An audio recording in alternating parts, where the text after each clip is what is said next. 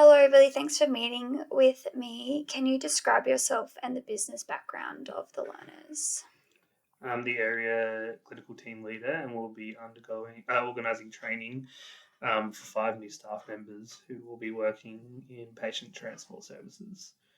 Some are currently interstate, but are expected to be present for skills and placements during the training period. They come from varied backgrounds, aging from 25 to 60. SA Ambulance Service provides South Australians with emergency pre-hospital medical care, non-emergency patient transport, and other associated services. SA Ambulance Services is made up of highly skilled clinicians, including centre care paramedics, intensive care paramedics, and ambulance officers, some of which are paid career staff with a large percentage of volunteers in the rural country areas. It is a service which responds with someone when someone calls 000. Patient transport services are crucial in moving patients safely from hospitals back to their homes and destinations. And what is the training goal? What are you hoping to achieve from the program? The aim of the training is to train new patient transport officers in skills and knowledge required to provide first aid and response to casualties in line with first aid guidelines determined by the Australian Resuscitation Council and the SA Ambulance Service guidelines in the settings of patients requiring transport from the hospital to the home or next treating facility. After completing the training program, learners will have a comprehensive understanding and application of the fundamental skills and knowledge to provide first aid and CPR in the setting of patient transport. Learners will understand their scope of practice and when to escalate care and concerns. Learners will develop BLS and ALS skills. Awesome. You mentioned there's 5 learners. Can you describe their current roles and what skills they have and what their education backgrounds are like?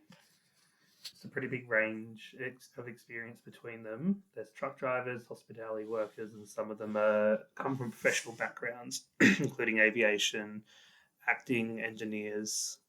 All have completed secondary education. Peter and Annabelle both have an arts degree in philosophy and acting.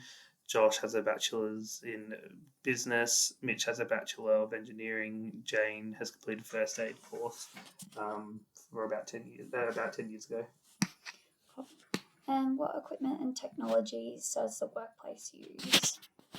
Ambulance kits, different PPE, core pulse monitors and AED monitors, ambulance vehicles, computers, iPhones, and radios. Yep. And what are some of the products or services specifications relevant to the roles and training needs, and what are the industry requirements? Emergency evacuation procedures. You need to be able to use core pulse monitors and AEDs. Training in aseptic techniques, and the industry we require to follow work health and safety regulations. And what's some common workplace terminology?